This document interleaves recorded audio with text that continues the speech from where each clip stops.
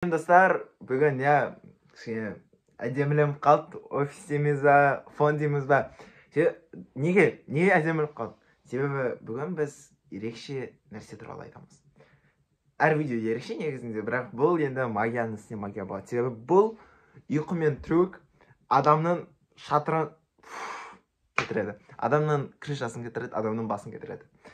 Қандай ол трюк? Ол трюкті жасаған не болады? Математикалық есеп арқылы деп болады. Тура осыны бүгін айтатын боламыз. Достар, ендеше бастамас бұрын міндетті түрде арнаға тіркеліп кетіңіздер, лайк басып кетіңіздер. Бұл видеоны достарыңызға таратыңыздар. Ол да дәл осы трюкті бастасын. Ол да дәл осы трюкті жасап көрсін.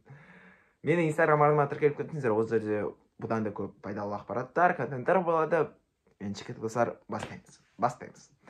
Қара, бұл трюк таңғы сағат 5-те тұру. Бірақ таңғы сағат 5-те туралы видеолар көп. Ол туралы айтып келе жатырмыз, болашақта да айтатын боламыз, Алла қаласа. Бірақ бұл жердегі ең басты бір қызық нәрсені алайық. Мысалы, таңертең сағат 5-те тұратын адамды алайық, және де таңертең сағат 7-те тұратын адамды алайық. Аралары 2 сағат. 2 сағат.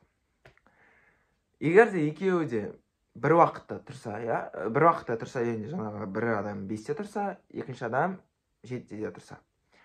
Екеуі де бір уақытта ұйықтаса, мысалы екеуі де 10:30-да ұйықтап қалса, екеуінің де тамақтанатын уақыты бір, екеуінің де жұмыс жасайтын уақыты бір, тек екеуіндегі айырмашылық біреуі 5-те тұрады, біреуі 7-те тұрады. Енді аралары 2 сағат, аралары 2 сағат. 2 сағатты 365 күнге көбейтейік, яғни 365-ге көбейтейік. 730.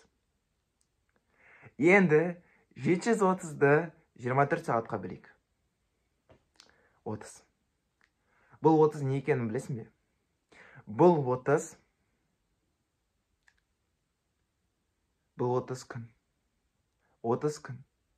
Таңертең сағат 5-те тұратын адам, 7-те тұратын адамнан көрі 30 күнге алдыға шығады. 30 күнге.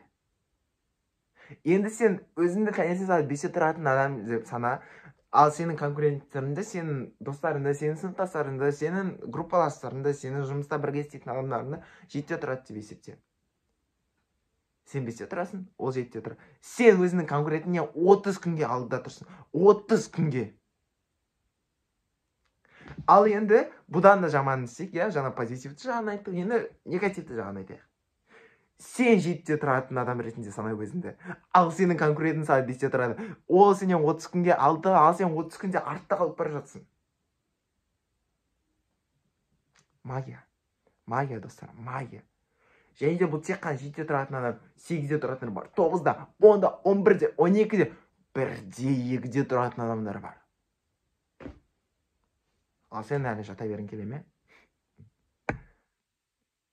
Ойланатын уақыт келді ау деймін. Досым, ендеше кеттік, келесі видеоларда кездескенше көп рахмет. Басқалардан әлдеқайда алға шығу үшін таңертең сағат 5-те тұру керек.